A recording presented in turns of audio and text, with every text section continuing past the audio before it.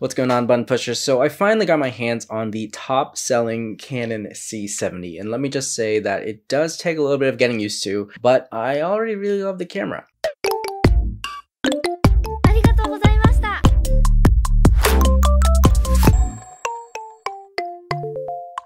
By now, there's probably a ton of videos out on the Canon C70, so I'm a little bit late to the party, but here we go. So first of all, let me come out and say that if you have zero background in using a Canon, specifically Canon cinema camera, this is going to take a little bit of getting used to because it's kind of not much anything like a DSLR or a mirrorless coming from Canon. So it's going to take a little bit of getting used to.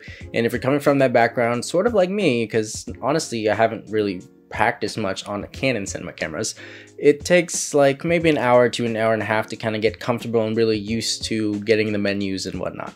So not too bad, but just something you should know. Let's start off the video by talking about the build of the C70. So it's kind of like holding the R5 and the 1DX3 and kind of like the middle ground of that. It has the bulkiness of the 1DX3, but it kind of has that feel of the Canon R5 or EOS R series, you know? You see a lot of pictures of it with the BP-A60 battery, where it kind of like sticks out a lot in the back. But honestly, if you're just using a BP-A30 battery instead, it fits perfectly in here. It doesn't really protrude as much, so it fits really nice and flat. So perfect fit, BP-A30s. Now the sensor is one of the biggest things about this camera. We're getting a sensor that is actually used in the Canon C300 Mark III, which is one of Canon's newer cinema cameras, a real bulky cinema camera, and it has 16 stops of dynamic range, which is really, really good. And it's the same sensor in the C70, and that's really nice to hear because we have that reliable image quality and that sensor from that camera that is used in a lot of different films and stuff, because the C300 is a really, really popular camera.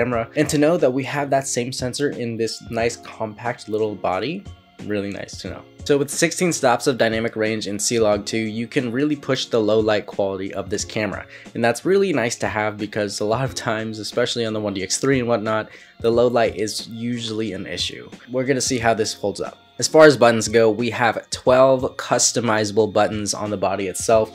We have them all over the body on the right, the left, the front, and the back. And we even have a designated button for white balance, for ND filters, for peaking, for different displays, for different autofocus settings.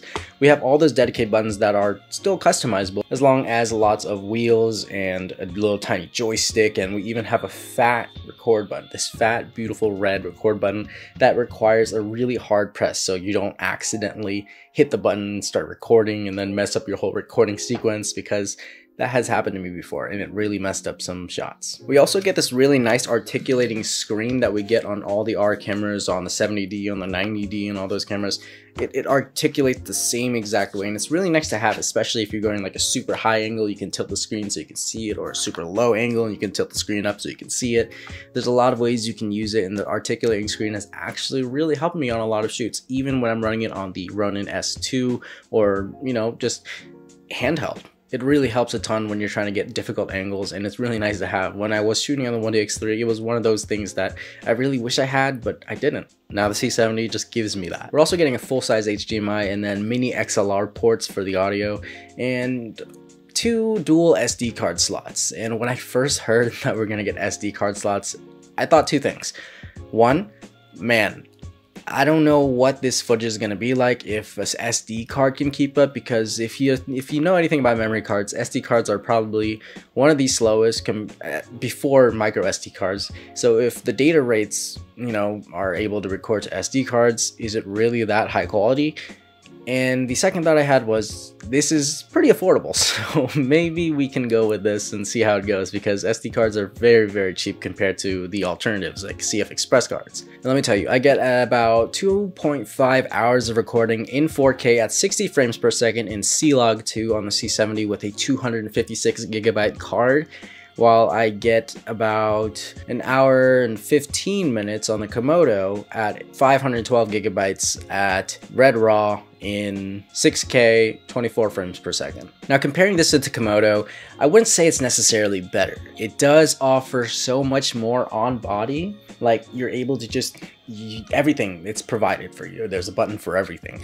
But as far as like building it up and all that stuff, I feel like the Komodo is much more modular than the C70 is. The C70 is more like built-in, compact, ready to shoot, while the Komodo is like, hey, if you want to add this and this and this, feel free, we can build it up for you. The C70 is also heavier than the Komodo, and I feel like as far as the shape goes, it's like holding a DSLR compared to a cinema camera, because the Komodo is a box, the box, a beautiful tiny box that kind of fits into your hand and really gives it that cinema camera feel. Now, I know that's not important, but to some people, they might kind of like be more comfortable holding a box than they are with like a DSLR, because holding it like this as compared to like this is a little bit different, and it really depends on what you're more comfortable with. The person I bought this off actually sold the C70 because they didn't like the way it felt. They didn't feel like they were comfortable with it. It was too small for them. It didn't feel like they were holding it right. So that's why they sold it. And you may not be big for some, but it was big to him and it might be big to you. So anyways, let's jump into the resolutions and the frame rates. So as far as resolutions go, we're gonna get up to 4K recording up to 120 frames per second, as well as 2K recording up to 180 frames per second if you wish for something more than 120. And that's really good frame rates. Now, I'm super glad we get 4K 120 in this, because that is something that the 1DX2 was missing. And for the quality, it wasn't as, good to not get that for the 1DX3, because 4K 120 would have made the 1DX3 a game changer. It would have provided so much more like value to me if it had that. Now, the Komodo doesn't have 120 in 4K either, but at the same time, we're getting 6K 48 frames per second, which is good enough for me there, because it provides more. And it's in RAW, which really helps out. On the C70, we're also getting 422 10-bit, which is really allowing for much more room in post-production for color. Maybe not as much as Red RAW or any other RAW formats, but definitely better than 8-bit. While the C70 is not giving us that amazing Red RAW quality or any other RAW quality, it's still super amazing. When I sat down to edit the footage after my shoots, it was flawless playback, it was amazing quality, it was super tack sharp, the details were amazing, and the dynamic range out of this camera and the ability to color in post was really good. I went from a super flat image to something that was really nice, something really smooth, something with really nice highlight roll off. The colors, the shadows, the dynamic range, the retention of everything on this camera was amazing. I really like the quality and the images that come out of this camera. They really stand out and they really feel nice. They're a breeze to work with, they look good, and that's pretty much all that matters. If you're comfortable with it, if they look good, and if you can color with it easily, then you're good to go. Now, when it comes down to colors, the colors straight out of the Komodo are absolutely something to fall in love with. So how does the C70 hold up with that? Well, honestly, the colors straight out of camera are super flat, and it does require a little bit of work, especially if you're working with C-Log 2. And that's honestly absolutely okay, because the 422 10-bit is actually super simple to work with, and it really allows you to play with the colors a lot. Now, if you watch Brandon Washington's video, you can see that he absolutely destroyed his first footage and he did a +50 green tint, but he was able to pull it all back and really fix that and make it a really good image. And that is something to say, because if you're able to do that simply straight in post-production with footage that came out like that, then you can really do amazing things in coloring with this camera. Even the low light retention of color was really good when I was shooting this music video, and just in almost complete darkness with just the lights of cars, it was really good and holding up really well, and I really was able to pull back a lot of color, even with some added saturation. Nothing was artificial. Now, when it comes down to the extra features, we're getting a lot of different things. We're getting all the essentials, we're getting the focus peaking, we're getting the focus assist, we're getting the HDMI out and display and all of that. We're getting Wi-Fi, we got built-in LUTs, we have a touchscreen monitor, and honestly, there's a lot going on there. But there's one thing that it's missing that I really wish it had, because I actually use it more often than a lot of people do, and it's the histogram. The histogram really helps me dictate whether or not I'm getting good lighting here and there, depending on what the scene is, based on the screen itself, because sometimes the screen is a little too dark or a little too bright based on the condition of the sun. So I really use the histogram to kind of dictate where I am as far as lighting. So when I come back into post-production, it's a lot easier and I don't have overblown things and all that stuff. Of course, it still has zebras, it has other things, false color, but at the same time, I really depend on the histogram sometimes, and this doesn't have histogram. It's got waveforms and vectorscopes, but no histogram. And that's really weird to me. Also, another thing that I questioned why Canon did this was, why did they use digital image stabilization as opposed to in-body stabilization? And you can't say, oh, it's because it's a mirrorless camera and they really wanted to keep it, electronic. Because the R5 has in-body stabilization along with digital stabilization. And if the C70 had in-body as opposed to digital, it would be a lot better, because digital, you get all this wonky movement as that looks like warp stabilization. But at the same time, I haven't noticed anything too bad, because based on the things I've been shooting, nothing's been super tight. And honestly, you can just turn off the digital stabilization, but to have it on and, being able to stabilize that footage without having that wonky movement is pretty nice to have. But we're not going to get that out of the C70 unless we're shooting super wide or at super thin apertures. Now let's talk about the autofocus of the camera. So I've had lots of feedback from other C70 users, and one C70 user told me that when using lenses that aren't RF lenses, the autofocus is a little bit off, and I have noticed it a bit, especially when using my Sigma. It breathes a lot. It really kind of like goes in and out, detects different items and stuff. And when I use the RF lenses, it's a lot better. And he noticed the same exact thing. Even with the EF lenses, it wasn't as good as the RF lenses, and maybe it's because it's not the native mount, which I completely understand, but I didn't think it would make too much of a difference. Now, after using it a few times, it isn't that bad, especially when you have tracking active, because the default is face tracking, and you have to kind of set it to have its own tracking button, so that's something to keep in mind if you're getting the camera. You need to set the tracking button. And one thing I thought was maybe it just wasn't getting enough light, but even when shooting in the sun, it still happened a bit. And that's something I really need to figure out and get used to, because it's something that I really need to make sure stays on track and doesn't keep happening, because it's really hard and really annoying and very tedious to have to keep going in and retapping, especially when you're running on a big gimbal or something and you don't have a third hand to kind of just tap on something to keep it in focus and keep tracking that specific thing. Because for a camera like this, you're kind of relying on it to be able to keep track of that same subject without having to move back and forth and just retapping it. You're really just like, hey, I need you to keep track of this face, this subject for me, even when the camera moves just the slightest or fast move. And I have noticed also something that Brandon Washington also talked about in his video, the racist autofocus. We're gonna talk about that because I can back that up, where it was very hard to track a subject with darker skin than it was someone with lighter skin.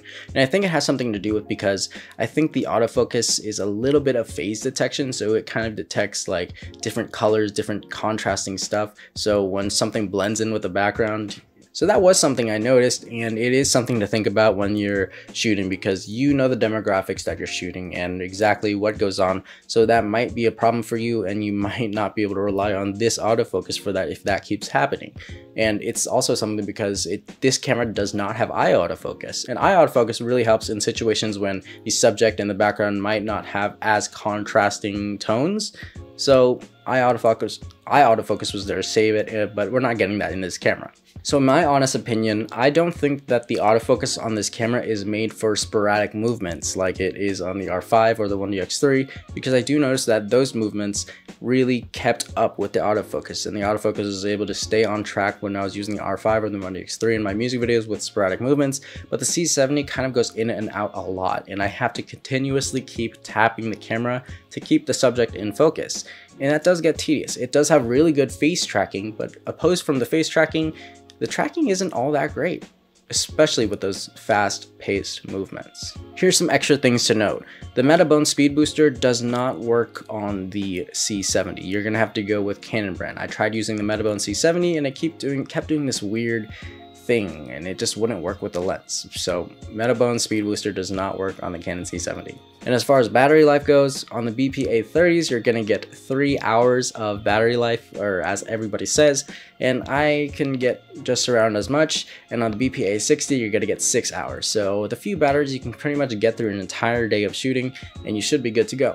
So overall, the C70, at first it is a little bit confusing and you're gonna have to tinker around with it and play around with it and really test it a bit and kind of get used to it, see if it is the camera for you. And honestly, it's super simple to use. Like, everything is set up in the right places, menus are really easy, the touchscreen allows for easy change, you can even use the dials and the buttons to change settings on the camera. It fits really nice in the hand and everything is just really straightforward. Now, it's definitely not complicated to use, it just takes a little bit more practice, like I've been saying. And the C70 is just a breeze. It really is, and working with it in post, with coloring it, with shooting with it, it's really straightforward and simple, and it's not at all hard to work with. It's just something you gotta get used to. And the main reason I chose this instead of the C300 Mark III, which is an extra price tag of like $5,000, is simply because I can run it on the Ronin S2, I can run it handheld, and I can run it on the Movi, and I can run it in many different situations. I can fit it in lots of tight spaces, and of course the C300 III, we can run it handheld, we can run it on a Movi, but you know, RS2, like sometimes maybe I need a gimbal, but I need it small, I need it light, I need it compact, I need a lightweight situation I can take with me to travel, or you know, specific situations where I can't take the C300 III or the Movi, you know? So the C70 really fits that demographic for me. It really fits that build where I can just hold it super lightweight, super portable, and I don't have to worry about, you know, fitting into tight places or carrying so much heavy gear with me, because it does fit in this tiny body and it's super small, super lightweight, and doesn't require too much. You have to realize, I have this camera and the Komodo for two separate things. The Komodo is going to be used for all those manual focus jobs where, you know, higher paying clients, those clients that require that RAW, something I would need more low light compatibility or more control over post-production and lots of different stuff, maybe some green screen work or something. The Komodo is made for that, for manual focus jobs, for those jobs that require a camera like the Komodo. But then I have the C70, something with autofocus, something for documentaries, for more movement, for more weddings, things like that. The C70 is there for that. And honestly, the C70 and the Komodo, besides, you know, contrasted, they work really well together. To have something that can autofocus and something that can provide such amazing image quality straight out of a tiny body, they work really well together, and I'm super happy to have them both. What would I say about the C70? And honestly, I'm gonna be straightforward with you. I want to say that I love the camera, but I don't necessarily love the camera because of that autofocus issue. That autofocus issue is something that really matters to me, simply because if it wasn't for the autofocus, I wouldn't have bought it. If it was just no autofocus, I would just stick with the Komodo. And it has a ton of other features, but honestly, I could deal with the 1DX3 if it wasn't for that. Now, the articulating screen is amazing, the image quality that comes out of it is amazing, but at the same time, I still do have the Komodo. Now, the autofocus is that biggest issue for me. If it can't handle sporadic movements, then I don't know. I don't know if I should keep the camera, but I think I'm going to end up keeping the camera because maybe it'll be fixed. Maybe it's just a AF responsiveness that I need to add, or the AF speed that I need to add to the camera. At the end of the day, I think I'm going to keep it because I think it will work out for me at the end, and I think that we'll figure it out. Now, would I recommend the C70 to you? Definitely. If you're looking for a beautiful cinema camera, this is one of the best ones on the market right now for a portable one, especially at the price range. It's either this or the Komodo. Those are the two biggest amazing cameras on the market right now for a super tight budget. If you're looking for a camera like that, C70 is definitely going to help you out, especially if you're looking to keep that autofocus range. Anyways, that is all for today's video, guys. My audio recorder is about to die, so let's knock out this ending here. Make sure you guys give this video a thumbs up if you liked it. Make sure you guys hit that subscribe button if you haven't already subscribed. Drop me a comment below. Do you guys think the C70 is worth it, or do you think just having a Komodo by itself is easier, or do you think both would make an amazing combo?